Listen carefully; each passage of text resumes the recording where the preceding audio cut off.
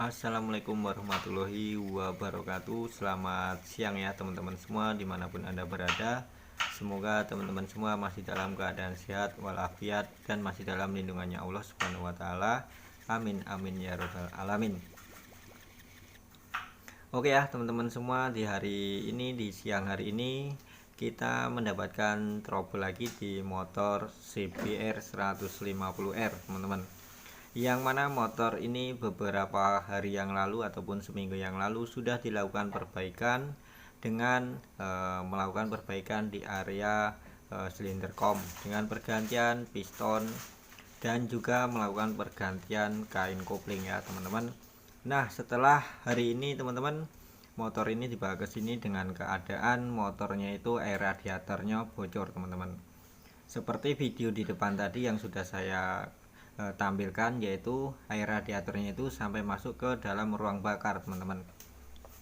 Nah, di hari ini saya akan sedikit berbagi pengalaman kepada teman-teman, yang mana apabila teman-teman mendapati motor yang mempunyai sistem radiator seperti ini, yaitu banyak banget faktornya dengan keadaan air radiator itu masuk ke ruang bakar ataupun mendidih ya teman-teman. Yang pertama saya akan sedikit jelaskan.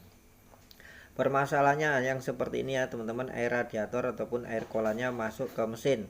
Yang pertama itu adalah kebocoran di area water pump ya teman-teman.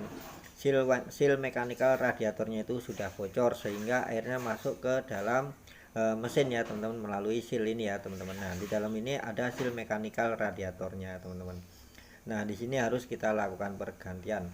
Nah, untuk yang kedua, apabila water coolant itu teman-teman masuk ke ruang bakar, itu tanda-tandanya motornya itu di starter susah hidup teman-teman, ataupun setelah hidup itu dia akan mati. Terus kita lakukan pengecekan pada businya. Di situ biasanya akan terlihat warna hijau teman-teman. Warna hijau itu adalah warna yang berasal dari water coolant yang masuk ke ruang bakar.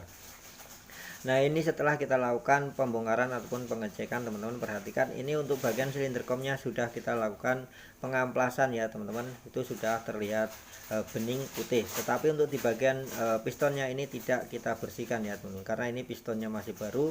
Dan untuk keraknya tidak akan kita bersihkan, karena apa? Kalau kita bersihkan, kerak tersebut bisa nyelip di bagian silinder komnya ataupun di bagian pinggir-pinggir pistonnya. Kecuali kalau umur piston ini sudah sampai 1 tahun, itu baru kita bersihkan ya teman-teman.